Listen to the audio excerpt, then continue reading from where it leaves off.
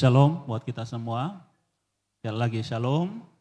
Ya, biarlah kita terus menikmati damai sejahtera yang Tuhan Yesus berikan bagi kita semua. Dan kita bersyukur kita boleh ada di sini. Baik yang di rumah Tuhan di sini maupun ikut secara online di tempat masing-masing. Dan biarlah Roh Kudus terus menyertai kita dan menguatkan kita untuk menjalani hari-hari hidup yang masih Tuhan anugerahkan bagi kita semua. Hari ini saya ajak kita untuk merenungkan satu bagian firman Tuhan yang saya berikan tema telah kutemukan. Telah kutemukan. Apa yang kita temukan nanti kita akan ikuti melalui pemberitaan firman Tuhan pada saat ini. Saya awali dengan beberapa cerita tentang sumur dan pengantin. Pasti di antara kita beberapa punya pengalaman dengan sumur gitu. Zaman-zaman dulu ya sering timba air di sumur gitu. Mungkin sekarang juga ada, tetap kita lebih kenal sekarang sumur bor ya. Tinggal pencet langsung airnya keluar. Dalam Alkitab ada banyak cerita tentang sumur dan pengantin. Saya ajak kita melihat dari yang lebih awal di kisah Kejadian. Ada cerita antara Eliezer dan Ribka.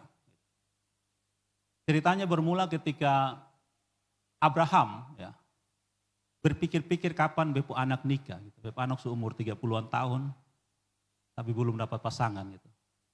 Dan Abraham khawatir kalau Ishak itu mengambil istri dari orang Kanaan. Jadi dia suruh Eliezer, hambanya yang setia itu, untuk pergi cari istri buat Ribka di Mesopotamia. Eliezer menempuh perjalanan yang jauh sekali, sampai di Mesopotamia entah berapa hari, berapa bulan. Lalu tibalah Eliezer di sebuah sumur dan Ribka datang untuk mengambil air. Pertemuan di sumur itu menghasilkan Ribka dibawa ke Kanaan dan menjadi istri dari Ishak. Itu cerita tentang sumur dan pengantin yang pertama. Yang kedua, cerita pertemuan antara Yakub dan Rahel di sumur di Mesopotamia. Yakub setelah lari dari Kanaan, lari dari rumah bapa dan mamanya karena takut dibunuh oleh Esau.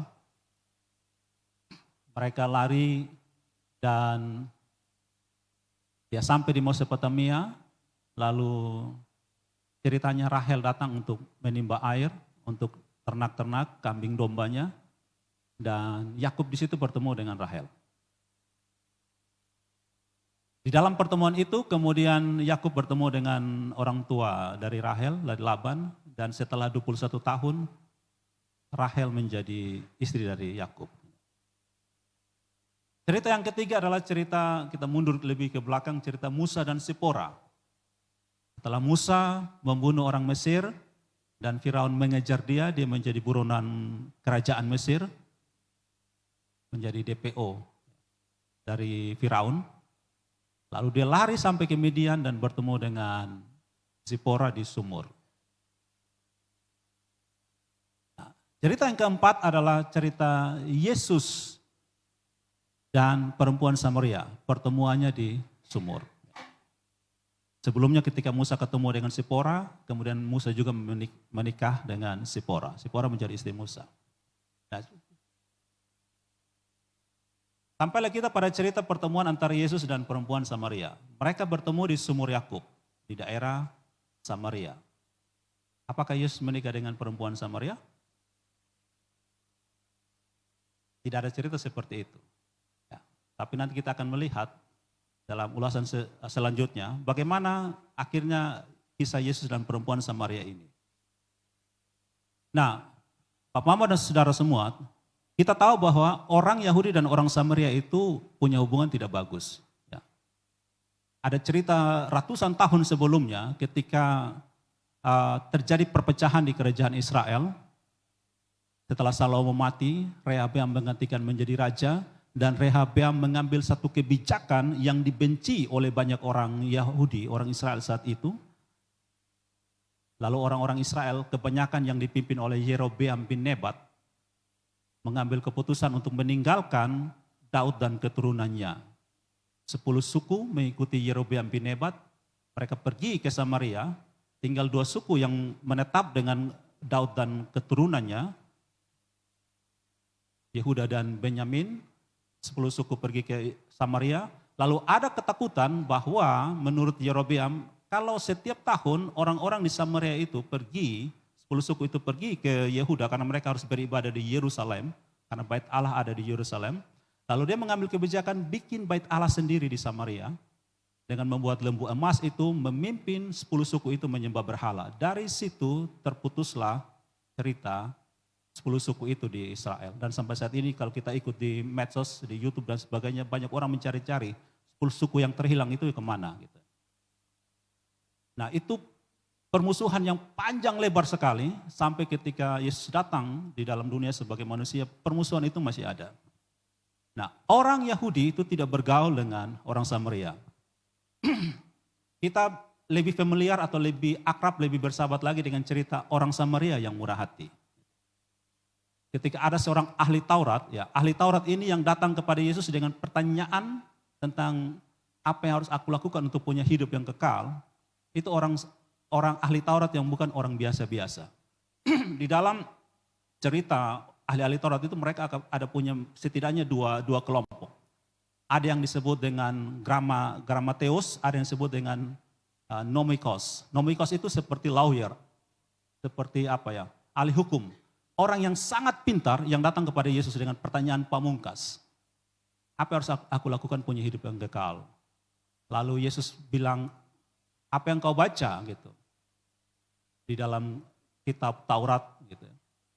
Sampai kepada Yesus menceritakan tentang kasihilah sama manusia dan seterusnya. Lalu orang ini karena ingin membenarkan diri, dia bertanya kepada Yesus, siapakah sesamaku itu?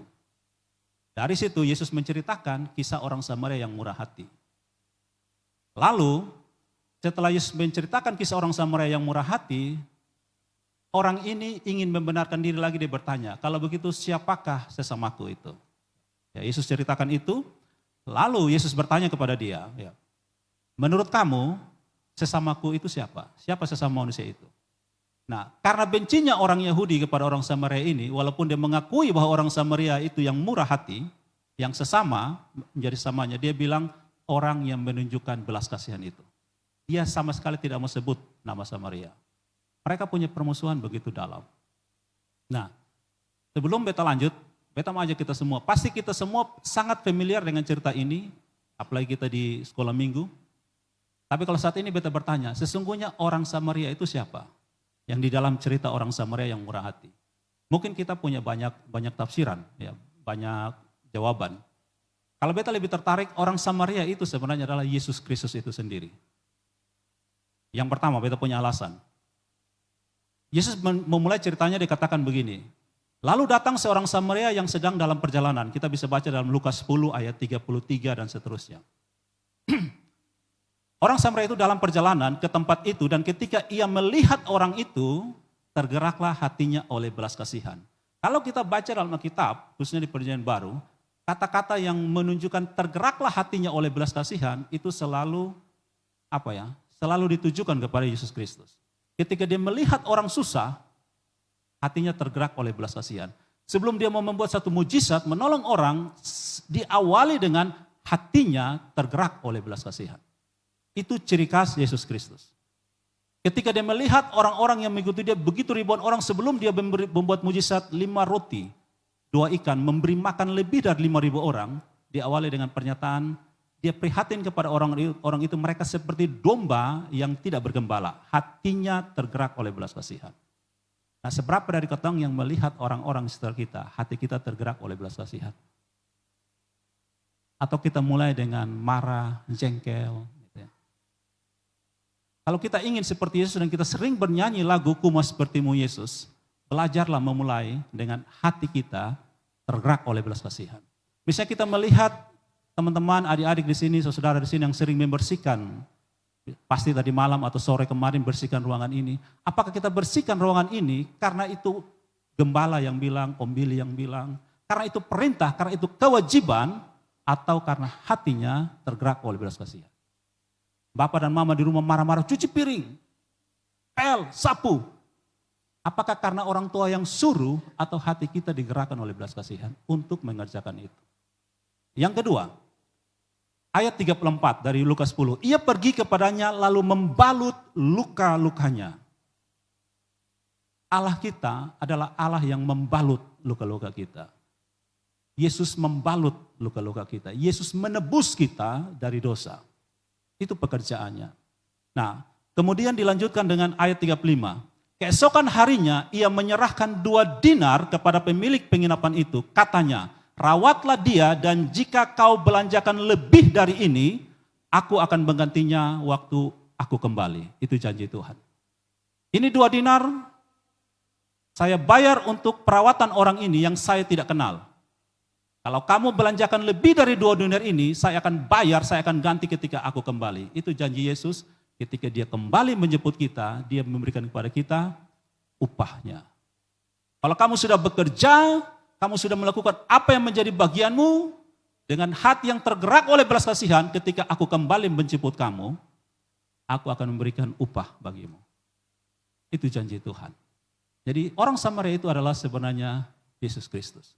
Orang yang diasingkan, yang tidak dianggap manusia oleh orang Yahudi, yang ditolak, bahkan kita tahu kita sedang memperingati minggu-minggu kesengsaraan Kristus.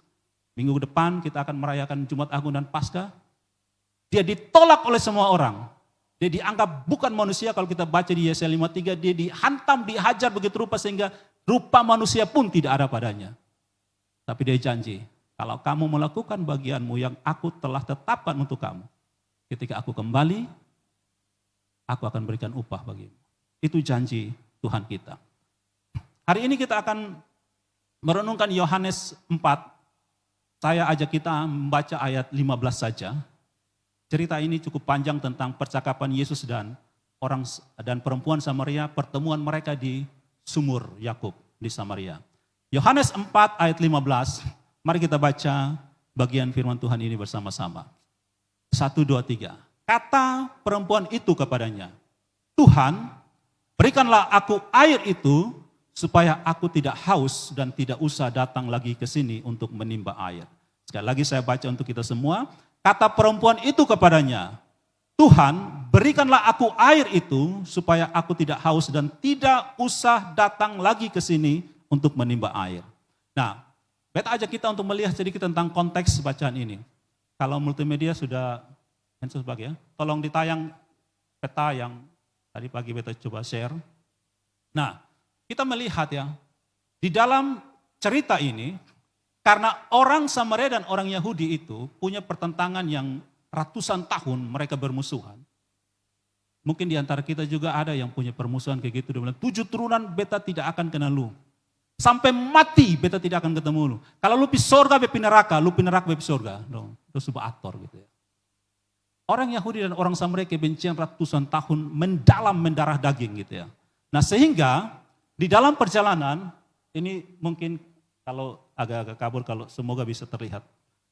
Kalau kita bisa melihat peta ini, di atas itu Galilea, di tengahnya Samaria, di bawah itu Yehuda, Yerusalem itu Yehuda, dibatasi oleh Sungai Yordan gitu ya. Nah, ada cerita menurut Yohanes 4 ayat 1, 2, dan 3, itu cerita bahwa ketika Yesus mengetahui orang Farisi mendengar bahwa ia dapat murid yang banyak, orang Farisi itu benci kepada Yesus, jadi Yesus harus meninggalkan Yudea. Ayat 3 dari Yohanes 4, Yesus tinggalkan Yudea di bagian bawah, ada Yerusalem di bawah itu, Yudea. Dia harus ke Galilea. Biasanya kebanyakan orang-orang Yahudi kalau mereka dari Galilea mau ke Yudea atau Yudea ke Galilea, mereka tidak mau menyeberangi daerah Samaria karena permusuhan itu. Apa yang mereka lakukan? Mereka akan membelok lewati Sungai Yordan, naik ke atas, baru masuk ke Galilea. Jadi kalau misalnya di sini dengan Lili Bobakelai, kau mau pergi di Penfui, kau putar lewat mana? Jembatan Liba dong putus. Jadi kau harus lewat Osauka atau mungkin naik ke sana, TDM kemana putar gitu. Itu permusuhan yang begitu dalam, bikin capek diri gitu ya. Dari sini kau belajar bahwa permusuhan itu namanya bikin capek diri sendiri. Membenci orang, bermusuhan dengan orang bikin capek diri sendiri. Orang misalnya omong fitnah dengan kita satu kali, hari ini dia fitnah kita, mungkin dia sudah lupa. Tapi kita ingat yang fitnah berapa kali? 7 turunan. Sakit 7 turunan. Bikin susah diri.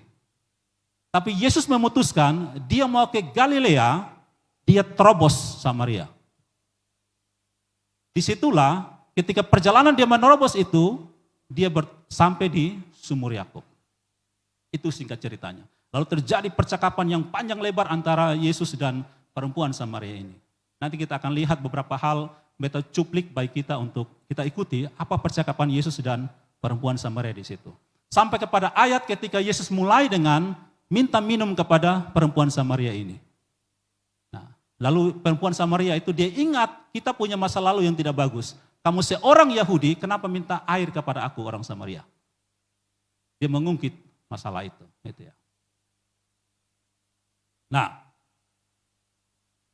ada satu contoh yang lain yang unik dari permusuhan orang Samaria dan orang Yahudi. Kalau orang Yahudi misalnya entah gimana ceritanya dia ketemu orang Samaria dan dia misalnya mereka makan bersama atau bagaimana cerita begitu.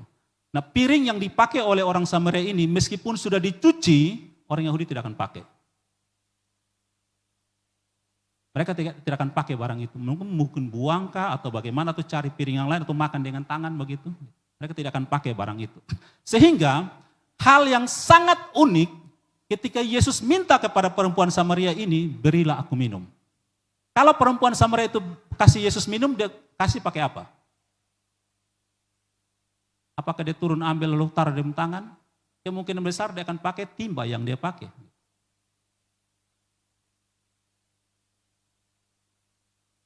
Itu hal yang unik, gitu ya.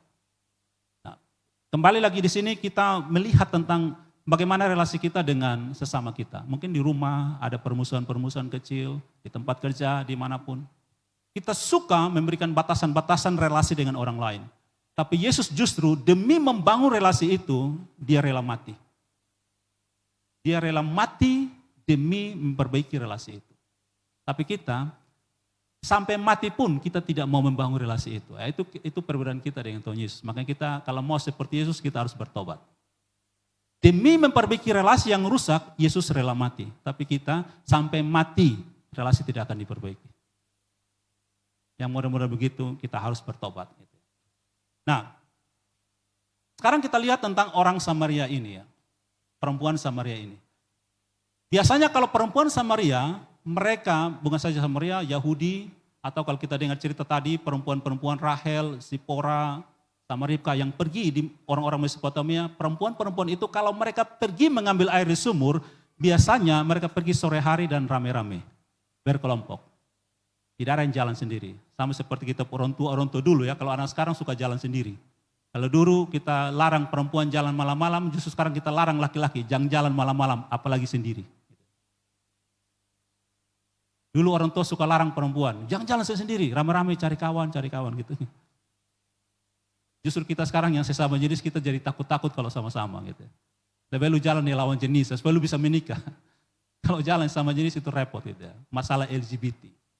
Nah, tapi perempuan ini dia pergi ke sumur Yakub seorang diri di siang hari. Kalau kita lihat di kitab itu jam 12 siang. Siang hari seorang diri. Ada apa dengan perempuan ini? Ada sesuatu yang tersirat di dalamnya, ada masalah dengan perempuan ini. Makanya kalau kita ikuti cerita itu, masalah itu muncul ketika Yesus bicara dengan dia. Lebih intim, lebih khusus, lebih dalam. Perempuan ini sepertinya dikucilkan oleh masyarakat. Itu bisa diketahui dari Yohanes 4 ayat 18. Ketika Yesus bicara dengan dia tentang suamimu di mana? Panggil suamimu kemari. Kelihatannya perempuan ini punya masalah dengan pernikahan. Dan dari masalah itu, kelihatannya atas asumsi, beta pakai istilah asumsi, prasangka banyak orang, dia dikucilkan. Nah, seringkali kotong juga terjebak dengan prasangka dan asumsi. Kotong mengucilkan orang, menghindari orang, padahal itu hanya prasangka. Makanya ketika masalah dibereskan, diselesaikan, kotong sering bilang apa? Minta maaf, beta salah paham. Kenapa salah paham? Karena memang paham kita salah. Nah, paham itu dibenarkan dulu supaya kita tidak salah paham.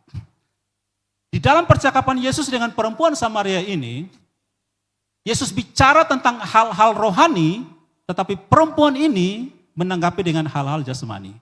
Yesus bicara tentang air hidup, tapi perempuan ini bicara tentang air yang ada di sumur ini. Kenapa bisa begitu? Kelihatannya perempuan ini sedang punya masalah yang sangat serius dalam hidupnya. Dia sedang tertekan, stres, dan depresi dengan masalah yang sangat berat, sehingga dia tidak bisa menjangkau hal-hal yang rohania. Gitu. Nah, hati-hati dengan ketong yang saat ini sedang tertekan dengan masalah-masalah. Sekarang ini lagi heboh kasus-kasus bunuh diri, betul ya? Yang terakhir satu keluarga di mana tuh? Di Jakarta, kok di mana tuh? Sampai sekarang masih diutak-atik. Kenapa? Sampai ini anak-anak remaja pun cuma ikut bunuh diri nih bapak mama. Tekanan-tekanan masalah, kelihatannya iblis sedang bergerak begitu rupa untuk masa akhir-akhir ini dia bunuh-bunuh orang saja gitu. Tidak ada kesempatan untuk orang bertobat. Jadi kalau bapak mama saudara kita punya kesempatan untuk bertobat, ambil itu. Jangan sia-siakan kairos. Makanya dalam Ibrani 10 ayat 25 dia berkata, jangan menghindari pertemuan-pertemuan ibadah seperti dibiasakan oleh banyak-banyak orang. Hari Tuhan mendekat. Jangan tolak kasih karunia Tuhan. Kalau sekarang ini misalnya dengar firman Tuhan saat ini dan Roh Kudus berbicara menggerakkan hati kita untuk dekat kepada Tuhan, raih itu. Makanya tadi tema di atas dikasih nama telah kutemukan. Potong bisa saja bilang, minggu depan tanggal 31 Maret, minggu terakhir bulan Maret baru beta datang gereja, hari ini bisa datang gereja. Silakan. Itu kronos, kita hitung waktunya. Tapi ingat, ada kairos. Kairos itu tidak selalu datang pada kita.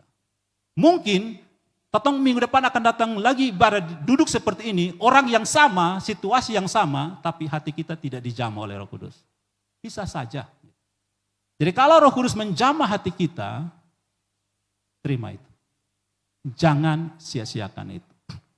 Nah, perempuan Samaria ini punya masalah yang sangat berat. Nanti kita akan lihat kemudian apa masalah perempuan ini. Terlalu berat bagi dia. Bisa saja dia diberi asumsi prasangka yang tidak benar. Akhirnya dia tertekan dengan hal itu.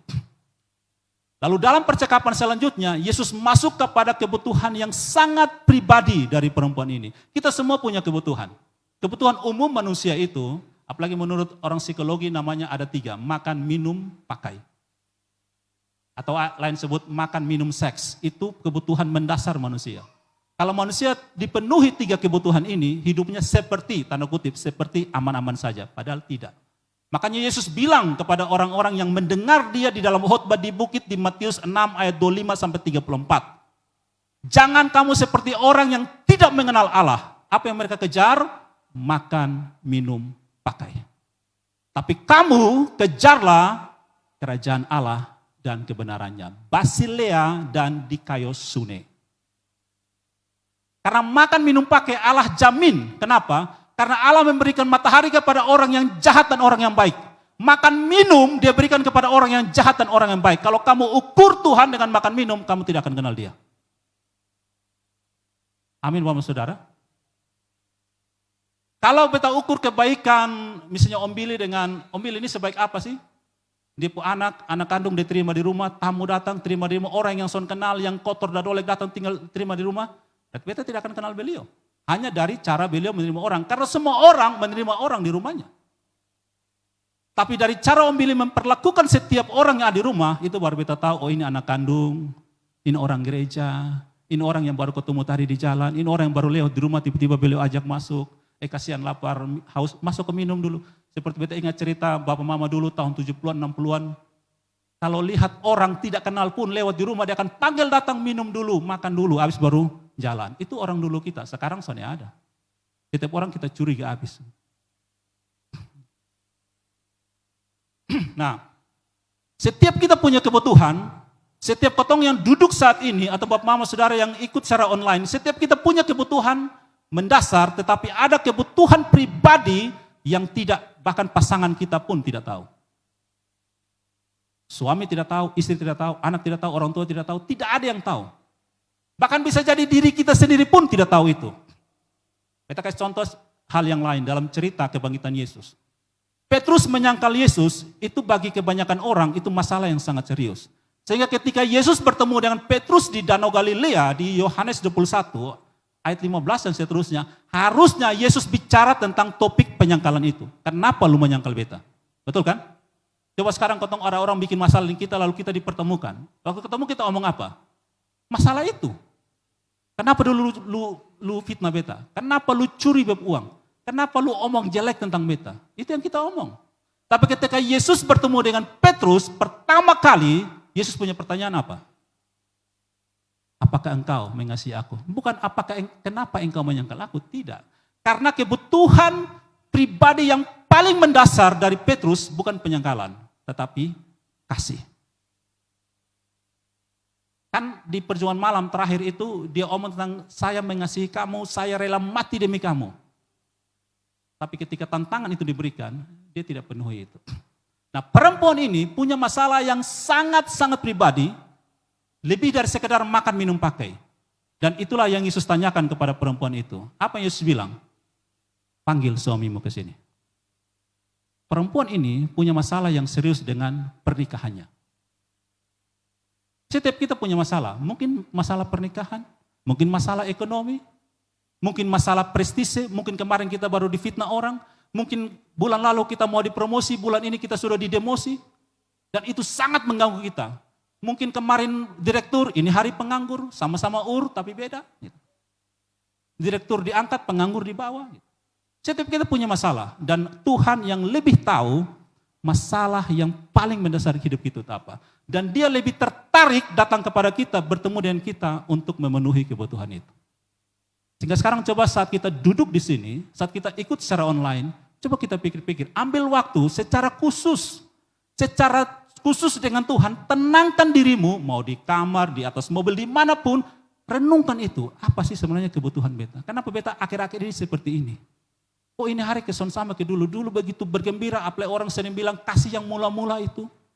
Wahyu 2 ayat 4, Yesus mengkritik orang-orang di Efesus. Kamu begitu rajin, kamu begitu setia, kamu bekerja luar biasa untuk aku, tapi aku mengkritik kamu satu hal.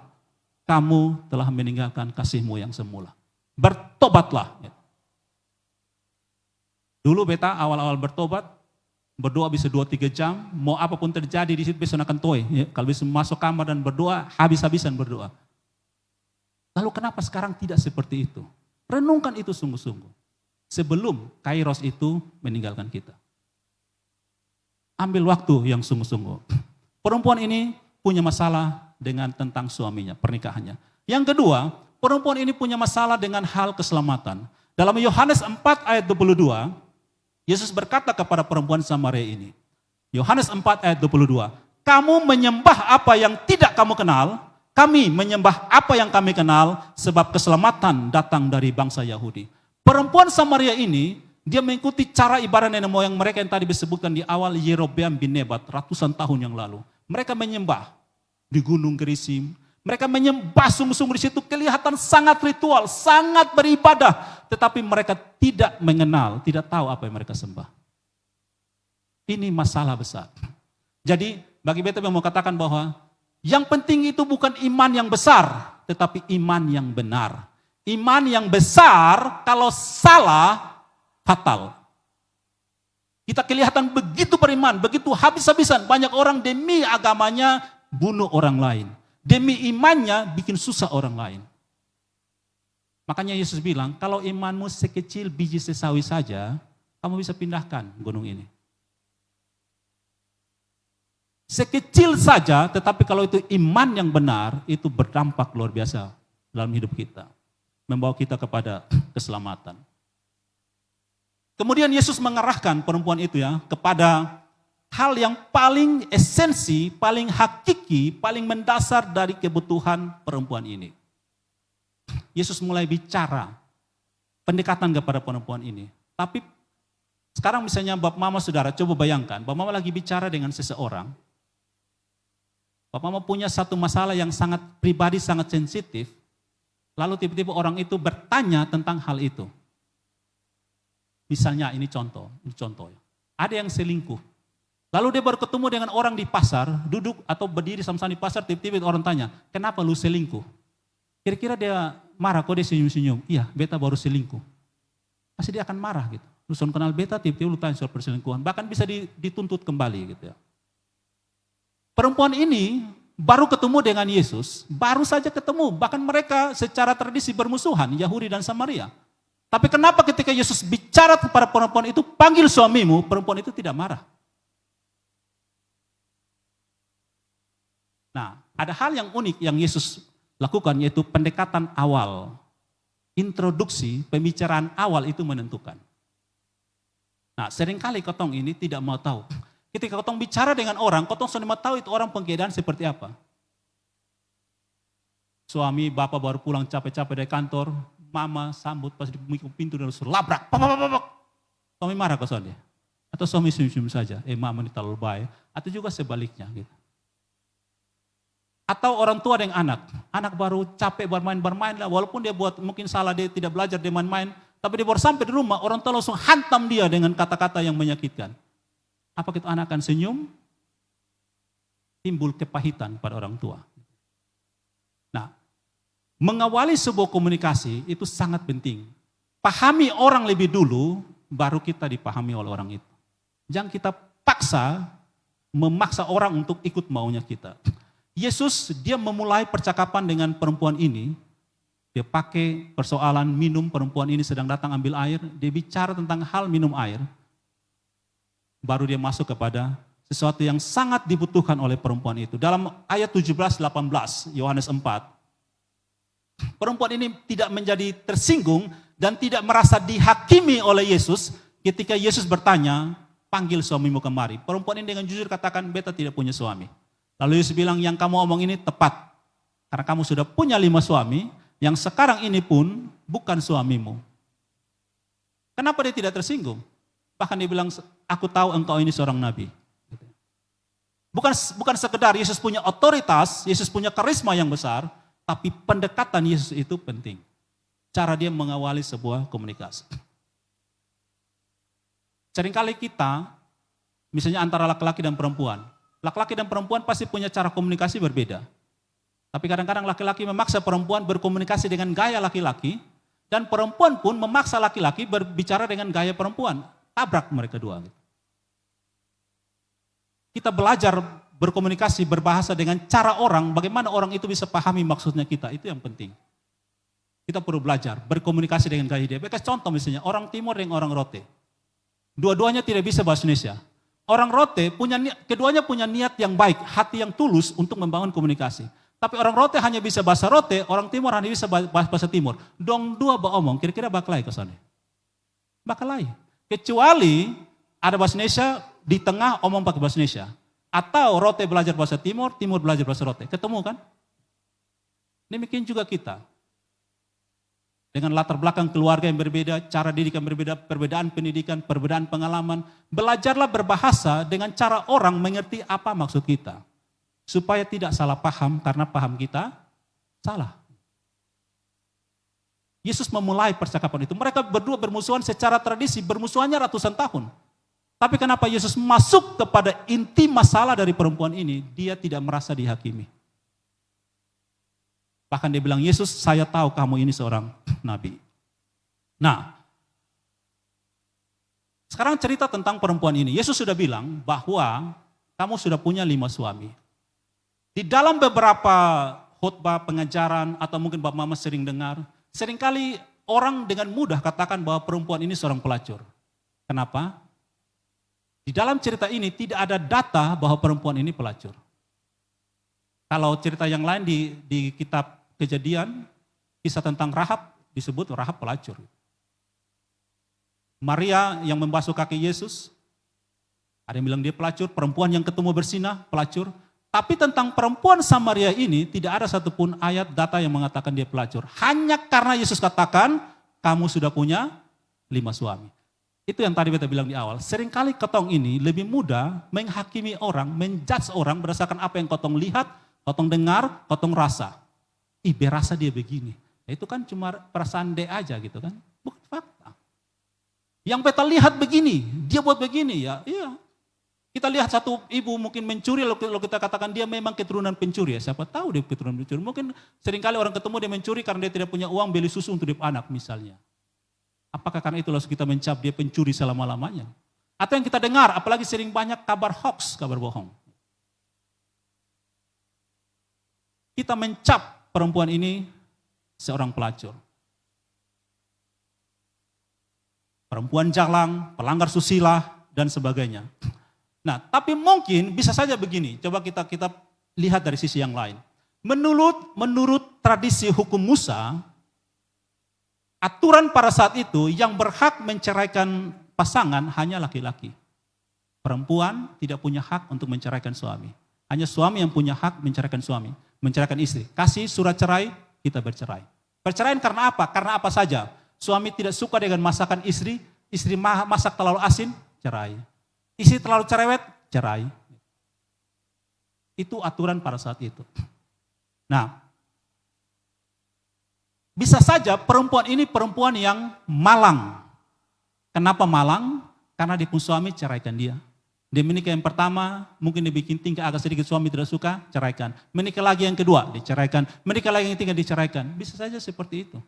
Kan banyak kemungkinan gitu. Atau mungkin saja seperti tradisi dulu, karena mereka berpegang pada firman Tuhan, beranak cucu penuhi bumi. Lalu ketika perempuan ini tidak bisa melahirkan anak, suaminya apa? Ceraikan dia. Bisa saja. Atau misalnya perempuan ini disuruh menikah, suami yang pertama mati kecelakaan, kerja di sawah atau di mana terus mati. Sampai 5 kali suaminya mati, lalu orang bilang apa? Ini perempuan pembawa sial. Lalu karena asumsi itu dia ditekan, dia merasa kemalangan, jadi pergi ke sumur seorang diri. Bisa saja kita, di dalam persekutuan sekalipun, di gereja atau dalam keluarga, orang melihat kita lalu mencap kita begini, tapi bukan seperti itu. Lalu kita tertekan, kita stres, depresi seperti kebanyakan orang akhirnya pergi bunuh diri. Nah itu siapa yang salah? Belajar memahami orang itu sangat penting. Pahami dulu, cari tahu dulu. Makanya Yesus ajar begini. Cara kamu mengkritik jemaat, yang pertama bicara 4 mata. Betul kan? Betul ya? Kalau dia tidak mau dengar, panggil saksi. Betul kan? Kalau tidak mau dengar, omong di tengah jemaat. Kalau tidak mau dengar, jangan benci dia. Anggap dia sebagai bukan saudara. Selesai. Bukan baru lihat, baru dengar, baru rasa, langsung cap-cap orang. Kasihan itu orang jadi malang. Dan beta yakin di kehidupan yang sangat cepat dan tertekan ini, banyak orang tertekan karena itu. Karena asumsi kebanyakan. Apalagi kalau serang dia dengan medsos, kejaran netizen itu sangat berpengaruh. Lu upload 1 kali Bapak, dia kejar lu, seluruh dunia ini kejar. Kekuatan netizen bisa mengubah peraturan. Hati-hati dengan yang suka gampang-gampang upload dan gampang-gampang kasih respon. Gitu. Nah, kemudian Yesus kan katakan begini, kamu sudah punya 5 suami, berarti dia sudah punya 5 suami, betul ya? Dan yang ada bersama dengan kamu saat ini bukan suamimu. Lalu itu siapa? Banyak orang asumsi itu pasti suami orang yang tinggal dengan dia. Ya mungkin saja. Tapi siapa tahu itu dia pun pacar. Dan mereka belum menikah. Bertunangan seperti Yusuf dan Maria mungkin. Atau mungkin saja itu dia pembapa. Yang lagi sakit-sakit dan dia rawat. Mungkin dia justru perempuan yang baik. Yang memperhatikan orang tuanya. Bukan dia adik, dia pun saudara. Dia perhatikan. Tapi dia sudah terlanjur dicap yang tidak baik.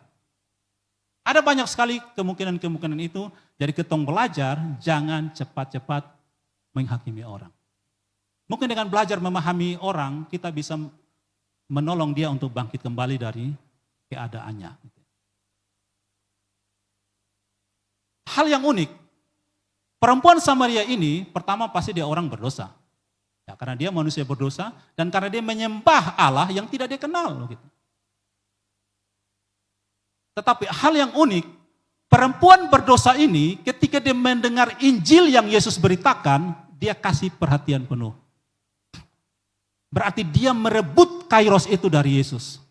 Makanya ketika Yesus bilang, perempuan bicara soal Mesias, Yesus bilang, akulah Mesias itu yang sedang bicara dengan kamu. Dan dia merespon itu dengan positif, dengan hati yang gembira, sehingga dia tinggal di pembarang di situ. Dia pergi ke kota Samaria, panggil satu kampung, datang bertemu dengan Yesus. Dia menjadi penginjil pertama di Samaria. Amin, Bapak Saudara. Kita mau jadi penginjil pertama di kita pun keluarga, kita pun saudara, kita pun persekutuan, tempat kerja. Dari orang yang dicap jelek, kita bangkit menjadi orang pemberita Injil. Nah, itu perempuan berdosa masih merespon Injil. Apalagi kau tahu yang anggap diri baik-baik ini. Yang suka menghakimi orang.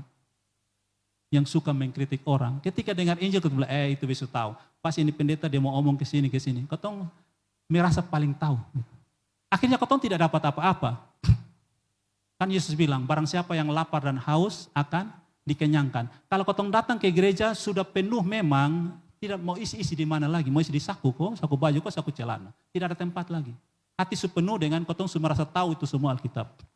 Kau merasa tahu itu semua yang mau kau dengar. Orang tua nasihati anak-anak bilang, bab mama kolot kuno yang sekarang lebih modern. Anak-anak su isi memang di hati dengan pengetahuan itu. Padahal dia dan bab mama beda berapa tahun, 20 tahun, 30 tahun, 40 tahun. Tapi dia merasa dia lebih tua dari bab mama. Gitu. Yang modal begitu tidak akan bijaksana dalam hidup. Gampang susah, gampang sial. Bukan karena dia orang sial, bikin sial diri sendiri. Gitu. Makanya bertobat, belajar mendengar. Kalau kau baca kitab Amsal itu penuhi dengan kata mendengar. Orang Yahudi paling gentar dengan kata ini. Selain kata Yehova yang karena dong takut menyebut nama Allah yang sebenarnya itu dong pakai Adonai. Kata yang kedua yang dong paling takut adalah Shema Israel. Dengarlah Israel.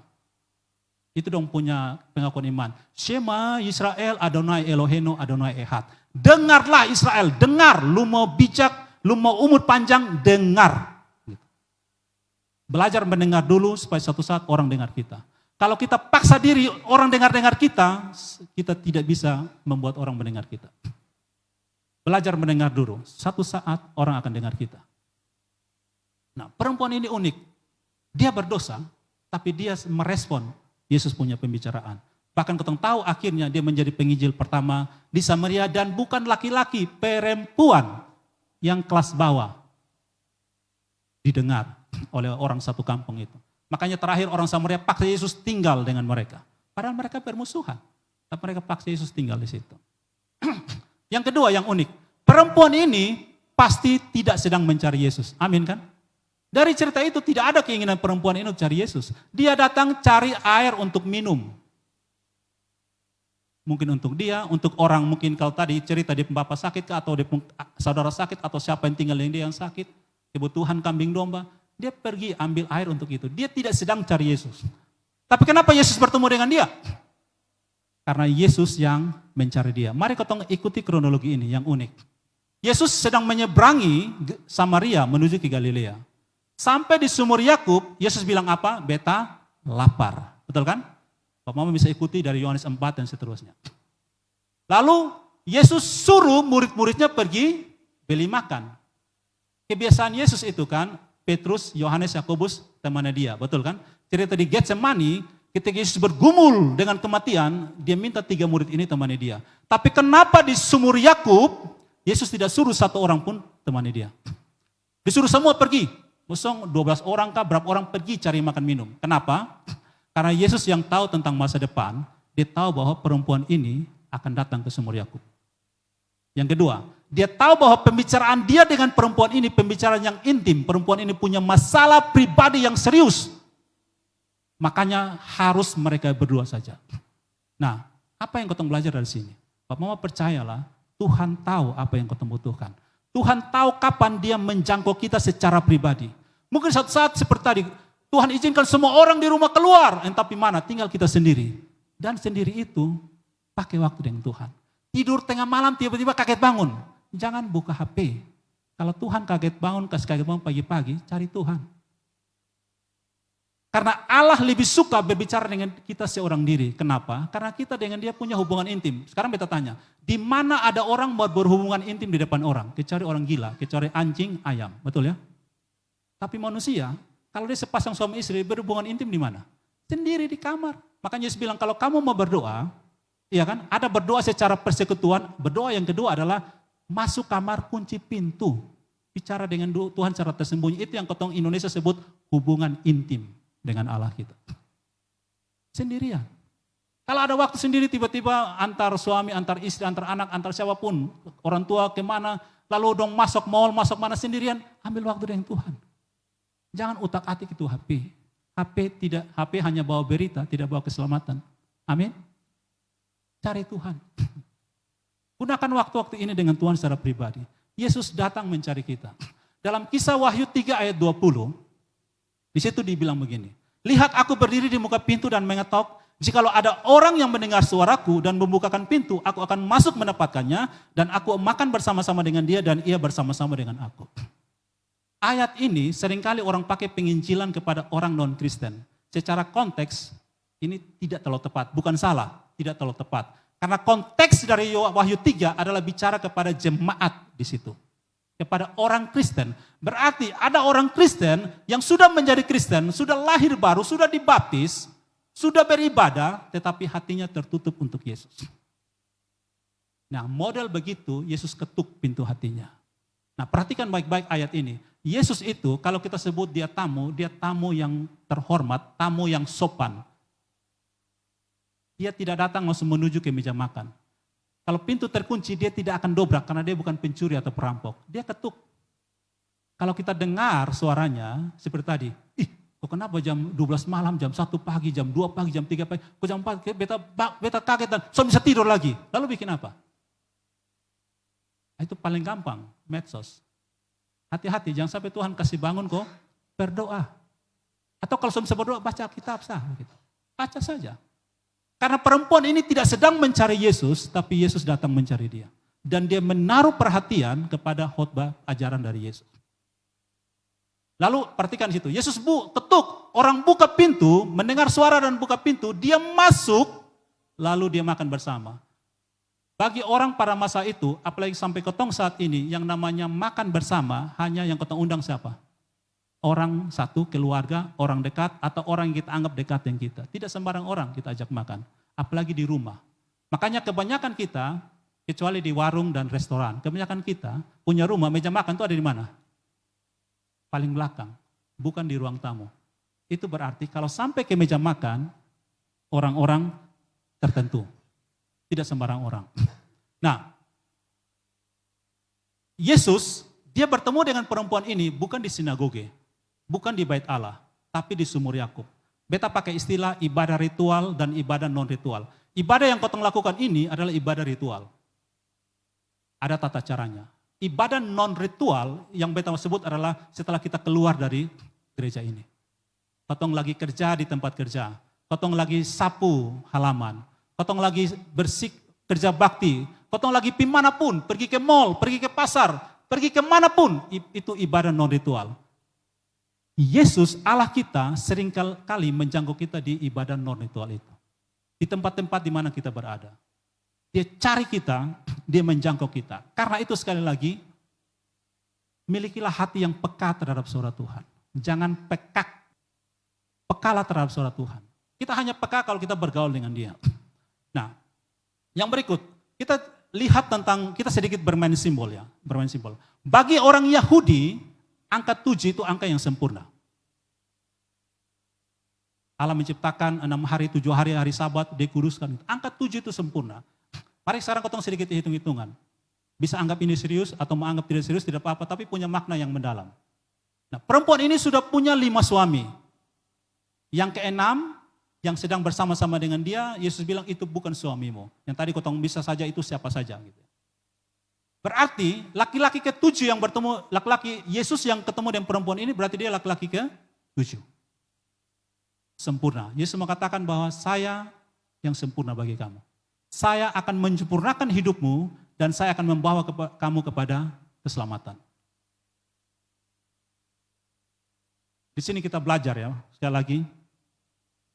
Yesus pribadi yang sempurna yang akan menyempurnakan hidup kita. Memiliki Yesus itu sama dengan memiliki segala-galanya. Jadi kalau sudah menjadi Kristen, kalau sudah lahir baru, jangan sia-siakan kasih karunia itu. Paulus pernah berkata di dalam Galatia, aku tidak menolak kasih karunia Allah yang diberikan kepadanya. Kita tutup dengan bagian ini. Pada bagian akhir percakapan Yesus dengan perempuan Samaria, dia katakan bahwa keselamatan itu datang dari orang Yahudi. Dan Yesus bilang, akulah Mesias itu yang sedang bicara dengan kamu. Nah, kenapa perempuan Samaria ini butuh keselamatan? Kenapa kita butuh keselamatan? Karena kita sudah tidak selamat. Kenapa kita tidak selamat? Kita berada dalam kuasa kematian. Di dalam cerita di Kejadian pasal 2, ayat 17. Tuhan Allah bicara kepada Adam. Kejadian 2:17. Tetapi pohon pengetahuan tentang yang baik dan yang jahat itu, janganlah kamu makan buahnya. Sebab pada hari engkau memakannya, pastilah engkau mati.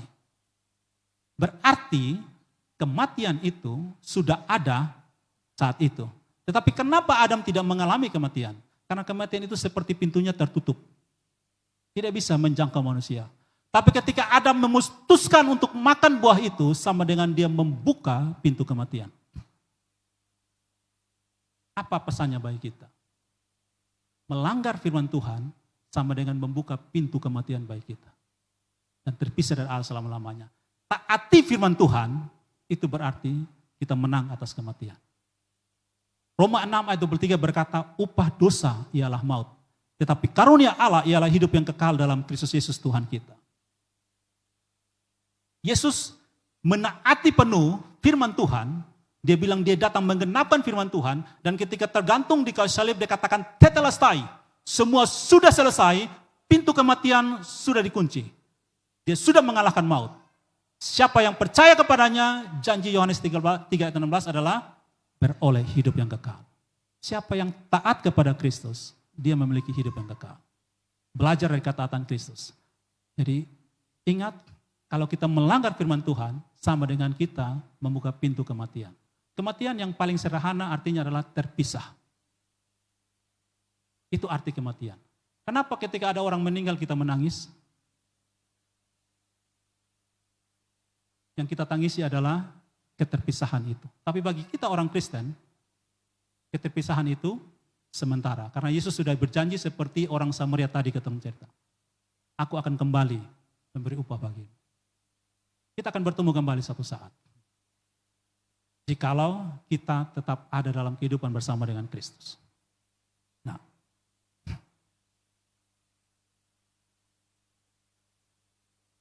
bagian terakhir, bagian penutup yang terakhir yang Beta mau sampaikan bagi kita adalah tentang pengampunan.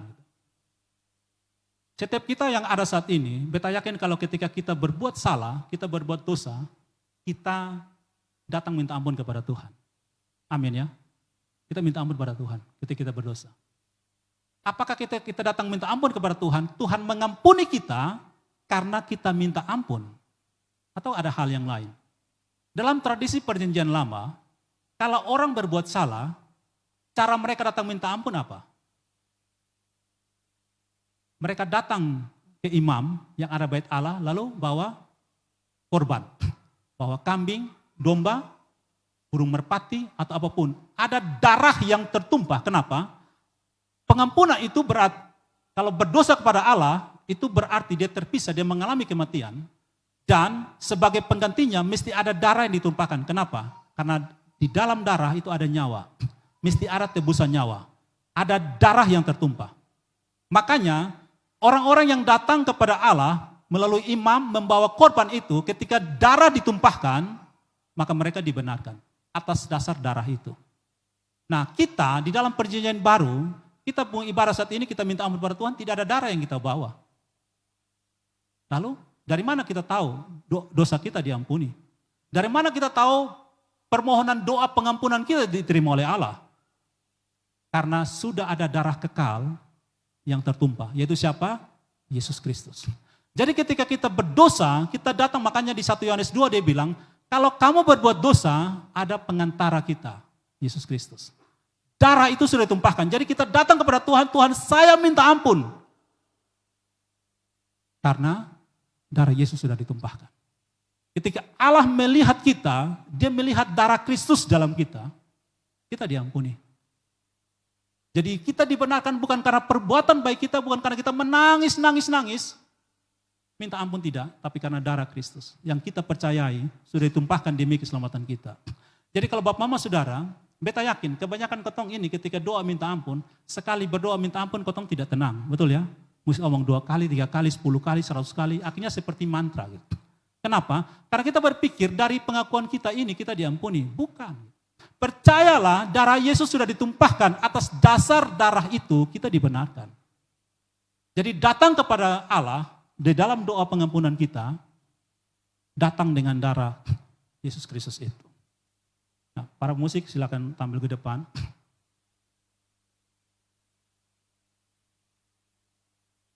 Di dalam percakapan Yesus dengan perempuan Samaria, ada satu percakapan yang sangat intim. Sehingga Yesus mengatur keadaannya ketika dia bicara dengan perempuan Samaria, tidak boleh ada murid-murid yang lain. Karena dia mau mengkonseling secara pribadi dengan perempuan Samaria ini. Yang akhirnya dia menangkan perempuan ini, dan perempuan ini menjadi perempuan penginjil pertama di Samaria. Nah, akhirnya perempuan ini mengenal Kristus secara pribadi. Dia bilang, orang ini bicara tentang hal-hal pribadi dalam diri sendiri. Jangan-jangan dia ini seorang nabi. Lalu semua orang Samaria datang kepada dia. Apakah Bapak Mama Saudara ini mengenal Kristus secara pribadi gitu? Kata mengenal, beta aja ketong lihat bagian ini sebagai penutup untuk saat ini. Yohanes 17 ayat 3 dan Matius 7 ayat 23 secara cepat beta sampaikan sebagai penutup khotbah ini. Yohanes 17 ayat 3 berkata begini, inilah hidup yang kekal itu, yaitu bahwa mereka mengenal Engkau satu-satunya Allah yang benar dan mengenal Yesus Kristus yang telah Engkau utus. Matius 7 ayat 23 berkata, pada waktu itulah aku berkata terus terang kepada mereka dan berkata, aku tidak pernah mengenal kamu, enyahlah daripadaku kamu sekalian pembuat kejahatan. Kata mengenal yang ada di Yohanes 17 ayat 3 dan kata mengenal yang ada di Matius 7 ayat 23 itu dari kata yang sama dalam bahasa Yunani ginosko. Kata ginosko ini sejajar dengan bahasa Ibrani yada. Bahasa Ibrani yada, kita bisa lihat dalam Kejadian 4 ayat 1. Dalam Kejadian 4 ayat 1, firman Allah berkata begini, kemudian manusia itu bersetubuh dengan Hawa istrinya. Kata bersetubuh itu yada. Kenapa bisa bersetubuh? Disebut dengan mengenal. Maknanya adalah mengenal secara intim. Yesus katakan di dalam doanya di Yohanes 17 ayat 3, bahwa yang hidup kekal itu adalah mengenal Allah secara intim. Punya hubungan intim dengan Allah. Bukan mengenal karena melihat begini. Bukan mengenal karena datang ibadah. Bukan mengenal karena berbuat baik. Mengenal karena hubungan intim. Lalu di dalam Matius 7 ayat 21 sampai 23. Orang-orang itu datang kepada Tuhan. Mereka bilang, Tuhan kami sudah melayani Engkau. Kami sudah melayani jemaatmu, kami sudah usir setan demi namamu, kami sembuhkan orang, doakan orang sakit demi namamu. Mereka melakukan pelayanan tanpa ginosko, tanpa hubungan intim. Makanya Tuhan Yesus bilang, aku tidak ginosko engkau, aku tidak punya hubungan intim dengan engkau. Itu dengan satu nyong, ini contoh, satu nyong sok-sok diri bilang dia mengenal itu nona, tapi waktu dia itu nona bilang apa? Pesonde kenal lu. Ginosko. Sekarang beta tanya, dari mana kotong bisa punya hubungan intim dengan seseorang? Keintiman itu muncul dari mana? Yang pertama, nanti kotong koreksi diri masing-masing, kotong refleksi. Keintiman itu terjadi ketika kita habiskan waktu bersama-sama. Amin kok? Suami istri mau tetap suami istri tapi tidak punya waktu bersama-sama, nggak usah saling kenal. Gampang selingkuh. Pacaran, tapi tidak punya waktu untuk berdua-duaan. Satu saat akan selingkuh. Tidak saling kenal. Mau bilang bersahabat, berteman, tapi tidak punya waktu bersama-sama. Omong kosong. Habiskan waktu bersama-sama. Kalau kau bilang saya orang Kristen, saya pengikut Kristus. Pertanyaannya buktikan kamu punya waktu pribadi dengan Tuhan atau tidak. Atau terlalu sibuk. Sibuk melayani sekalipun. Tapi tidak sibuk punya waktu pribadi dengan Tuhan. Tuhan su tampeleng, Tuhan suka bangun pagi berdoa. Tidak mau berdoa, tidak ambil kairos itu. Dari mana kita bisa punya hubungan intim? Yang kedua, keintiman terjadi ketika kita susah senang sama-sama. Makanya janji pernikahan adalah apa? Dalam untung ataupun malang. Dalam susah ataupun senang. Dalam sakit ataupun sehat. Kita sama-sama. Itulah terjadi keintiman. Jangan sampai mau ikut Tuhan hanya mau senang saja. Ketika pikul salib kita bangun lari. Tidak ada keintiman di situ. Makanya orang-orang di Matius 7 ayat 1 sampai 22 bilang, kami sudah lakukan pelayanan demi Tuhan. Tuhan bilang, saya tidak ginosko kepada kamu. Karena kamu ikut saya hanya mau senang-senang saja. Ketika pikul salib kamu bangun lari. Para Yesus sudah kasih syarat ikut aku. Syarat mengikut Yesus yang pertama, menyangkal diri. Akibat penyangkalan diri, pikul salib. Saya orang pendosa, sekarang saya menyangkal diri, saya bertobat. Karena bertobat saya susah, karena hati saya, daging saya ingin buat dosa. Tapi saya lawan itu. Itu namanya pikul salib. Nah kalau kamu sudah pikul salib, baru ikut aku. Tapi kita tidak mau sangkal diri, kita tidak mau pikul salib, tapi kita mau ikut Tuhan. Pada akhirnya, hati-hati, Yesus bilang, aku tidak kenal engkau. Aku tidak ginoso kepadamu. Yang terakhir, beta kasih contoh. Kalau ada dua orang yang, beta pernah cerita ini di sini, dalam khotbah yang lalu. Kalau ada dua orang yang mau pergi ke Jakarta, ada dua pilihan. Satu, naik pesawat.